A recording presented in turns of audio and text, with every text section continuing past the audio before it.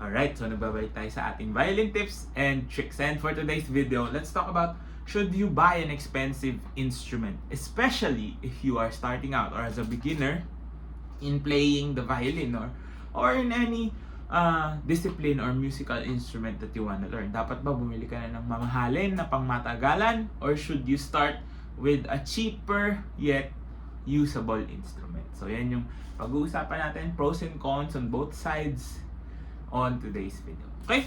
So, I got this question, may napadaan na question sa isang group that I read na was asking, should you buy the most expensive instrument? Ano yung pinakamaganda na ba agad yung bibilin mo, or yung mumurahin muna? No? And a lot of people shared their opinions on it. No? Sabi, yun nga, one side is always telling na wag muna, no? That's the more practical side. And another side is telling na pag bumili ka ng mas magandang instrument, mas mabilis yung magiging progress mo and mas maganda yung magiging sound mo. No? Of course, two valid points, but let's look at both sides. No? So, ako personally, if you have the budget, buy the best available instrument for you. Kahit magkano yan, kung kaya mo naman, why not? Diba? It is true that a more expensive instrument will entail na mas madali mo siyang mapapatunog. You get a better sound, a better overall experience, kasi mas maganda yung magiging quality ng tunog niya, magiging maganda yung quality ng overall playability niya, kasi syempre kung bibili ka ng mahal, naka-setup na yan. But it entails na kailangan mo rin siyang gamitin, no? In order for you to be able to maximize the pure quality and sound of that instrument, you have to have the skills needed, no? And yun yung mahirap na part. That's the hard part. And I think a lot of beginners with higher quality instruments struggle with, no? So, I've taught students na beginners pa lang din naman sila, no? But have the ability or the budget to buy a more expensive instrument. The thing is, wala kang masisisi kung pangit yung sound mo, number one, di ba?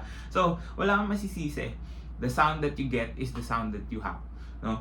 I like to think that higher quality instruments have better projection, of course.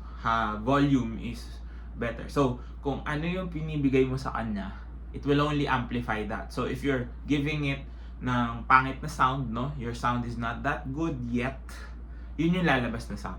And ma-amplify pa yun. So, if you think you sound bad, it would sound worse on a more expensive instrument. Instead of matulungan ka niya. Especially kung hindi ka pa nga okay when it comes to your skills using that instrument. So, it's like, it's like driving a car, no, na pang-performance, no, of course.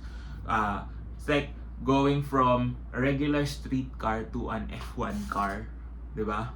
Hindi parehas yung driving nila. Magkaiba yung kailangan mong skills in order for you to succeed in driving or taming that car or instrument for that matter. So, maganda rin talaga na makapagsimula ka ng maganda na, no? At least, ano ba yung pros nito is that you don't have to upgrade, no? Kung maganda na talaga siya, you will have to use it longer, no? That could also be a con, no? To be honest, di ba? And you might actually spend a lot more. Yun nga lang. That's another con din, di ba? Is because if you have a high quality instrument, you have to have high quality maintenance. So, if you're ready for that, go. Buy mo yung pinakamahal. No, of course, you can't put cheap strings on a high-quality instrument. No? Ang danger nun, baka masira siya. Or you won't get the sound that you want out of it. No? It's very delicate. The higher up you go, the price points, the instrument becomes more delicate. No? Hindi siya magiging indestructible. No? Because again, a good instrument is an older instrument. A violin, no, made out of wood, as older as it gets, the sound becomes better kasi mas natutuyo yung wood. And the drier the wood, the more delicate it gets. So, you have to account for temperature changes, you have to account for humidity. Kung maulan, hindi mo siya pwede basta-basta na lang ilabas kung saan-saan. Hindi mo pwede mabasa, no? Of course, you have to have a good case for it as well, no? A good bow. Mahal din yung bow, di ba? So, if you have the budget, go for it, no? Go for the expensive one. And if you think na magtutuloy-tuloy ka sa pag-aaral, and looking at it in the long run, of course, mas maganda yun. Mas magandang investment na bumili ka ng mamahaling instrument, no? A more expensive instrument, even if you're starting out. Now, let's look at the practical side of things, no? Personally, I started with a cheap instrument as well. No? When I was a beginner, I think yung una kong violin was an antique na pinarestore lang namin. It was 3/4 pero hindi pa talaga pwede sa akin. So, my dad bought me a fairly cheap instrument. Now, I think 1/2 yun. Then, habang tumatagal, when I switched to a full-size one, 2,000 pesos lang yung violin ko nun, no? So, full-sized instrument, I think early 2000. So, around 2,000 pesos. Meron pa rin ganung quality na instruments naman ngayon, no? Hindi na lang siya yung 2,000 yung price niya, but around maybe the same quality would be around 5,000 to 6,000 in today's economy. Yeah. So, going through the practical route of buying the cheapest, but again, not necessarily pangit, no? Kailangan, if you're buying the cheapest one, it's still playable, no? There's a lot of things that you need to account for, not just the price, but also nakaayos ba yung cut ng bridge, nakaayos ba yung bow. Kasi yung iba, kaya sila napanghihinaan ng loob when they're buying cheap instruments kasi hindi nila alam na hindi pa pala naka-set up yun. So you have to have your instruments set up, whether that's 10,000, 20,000, whether that's 5,000, 6,000, 2,000, kung magkano man yun, having it set up properly will give you an advantage na mas mapadali yung learning process, no? Yung iba, nakikita ko, sabi nung, kumari, nabili nila second hand, tapos walang bridge, bumili ng bridge, kinabit lang, so sobrang taas ng action, hindi din makatugtog, no? Yun yung iiwasan natin. Even if we're buying cheap stuff, as long as it's made to be able to play, no? Matutugtugan mo, nakakat nga yung bridge, maayos yung pegs, hindi bumababa yung intonation because of the pegs, no? Those types of things, kung maayos yun, that's personally the route I would take or that I would suggest to anyone. Kasi, una, if you are a beginner, you don't know exactly kung magugustuhan mo ba talaga yung pagtugtog, no? Magugustuhan mo ba talaga mag-violin for over 5 to 10 years na hindi ka magbabago ng instrument or hindi maipupush through mo siya, especially if you're a little bit older, no? So, if you think long run, no, of the long run, mahirapan ka basta na lang i-give up yun kung mahal yung instrument mo, di ba? So, kung medyo mumurahin siya, you can sell it for cheap, no? Sometimes you can sell it for more than what you paid for, especially kung napa-set up mo siya, napaayos mo siya, napaganda mo yung tunog niya, diba? So you can sell it for more than what you paid for kung ayaw mo na mag-violin, diba? So, and then another thing is you can easily tame your instrument, no? What do I mean by that? Kapag medyo mumurahin kasi, of course, hindi maganda yung magiging sound niya agad. Hindi maganda yung overall projection niya. It would take a lot of skill for you to be able to get the most out of that instrument. Now, kapag nakuha mo na yun, no, mas magaling ka na sa instrument mo, no, for lack of a better term, yun, that's the time you upgrade. Diba? May upgrading na mangyayari. And I think, buying a cheap instrument habang nagsisimula ka and then slowly progressing to a more expensive one is like leveling up in an online game or whatever, di ba? So, nakakatulong din siya to inspire you to be better. Mas mapapaganda yung progress mo, no? Kasi that would be like, pwede mong i-display, ito yung violin na ginamit ko nung nasa book 1 pa lang ako, ngayon nasa book 10 na ako, ito na yung violin ko. So, pwede rin siya maging tool, no? Or tokens for your progression. Kasi yung price points, no, usually nagdo-double siya once you're starting to get better, once na nakukuha mo na yung lahat ng kaya ibigay ng instrument na yun, no?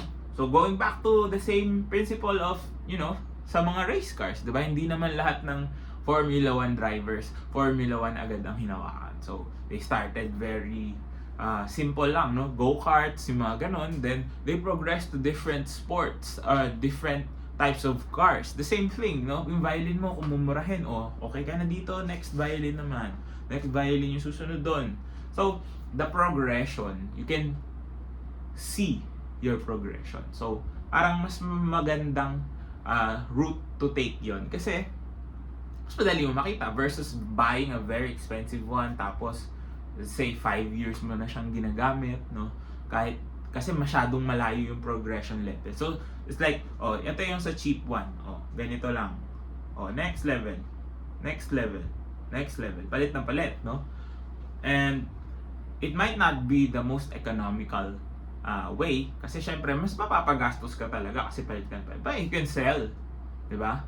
And dadating ka sa point na maganda na yung quality ng instrument. Pag nagpapalit ka, mas mataas na yung resale value niya or whatever, di ba? Pero kung mag-start ka sa expensive agad, eto, kahit nagpo-progress ka, you might not see it in a sense na, hindi ako nakakapagpalit na instrument. Parang, I'm not outgrowing my instrument. So, not saying na hindi ka nagpo-progress, but, you know, a lot of people might think, especially yung kung ikaw mismo yung tumutugtog, na parang baka ma-bore ka, no? So it's just, you know, how the way things would work, especially yun nga kasi medyo mahal kung mag-start ka sa mamahaling instrument. So both sides, you can go after both routes kung ano yung mas preferred, no? Of course, it's your money, it's your budget, use it as you will. Pero yun yung mga pros and cons on both sides, diba? Now, the thing is, don't spend so much on your instruments and then cheap out on lessons na, bibili na lang ako ng mamahalin. Tapos mag-YouTube na lang ako. Or bibili na lang ako ng mamahalin, tapos bibili na lang ako ng books, to. Yun ang wag yung gagawin. No? Always have a budget for lessons. Because the violin, again, is not a pick up and play instrument. A lot of the movements, no, babalik tayo doon, are not normal. So you have to have proper guidance, no? Baka maging prone ka sa injury, hindi mo alam, sinasaktan mo na pala yung sarili mo, no? May nagkakaroon ka na ng mga microfractures or mga muscle tears because of wrong posture and all of that, no? Maybe we can talk about it in a separate video. Pero yun, no? So do what you want, buy expensive ones if you can, and buy cheap ones if that's your budget for now. Especially for beginners nga, huwag muna kayo mag-isip nga ng mamahalin agad. Kasi hindi mo pa rin sure. Kasi yung naririnig mo, iba sa maririnig mo once you start playing. And maybe hindi mo pala gusto talaga yung process. Mahirap pala talaga for you. At least, hindi ganun kasakit sa bulsa. And it's easier to move the instrument, no? Give it or sell it to someone who also wants to learn. So sana nakatulong tong video na to. If you did, please do drop a like, comment down below more content you'd like to see, and of course subscribe to my YouTube channel. Follow me on all my socials, all the links you need down in the description box below. This has been Ryan Monakil for Violin Tips and Tricks, and I'll see you on the next video.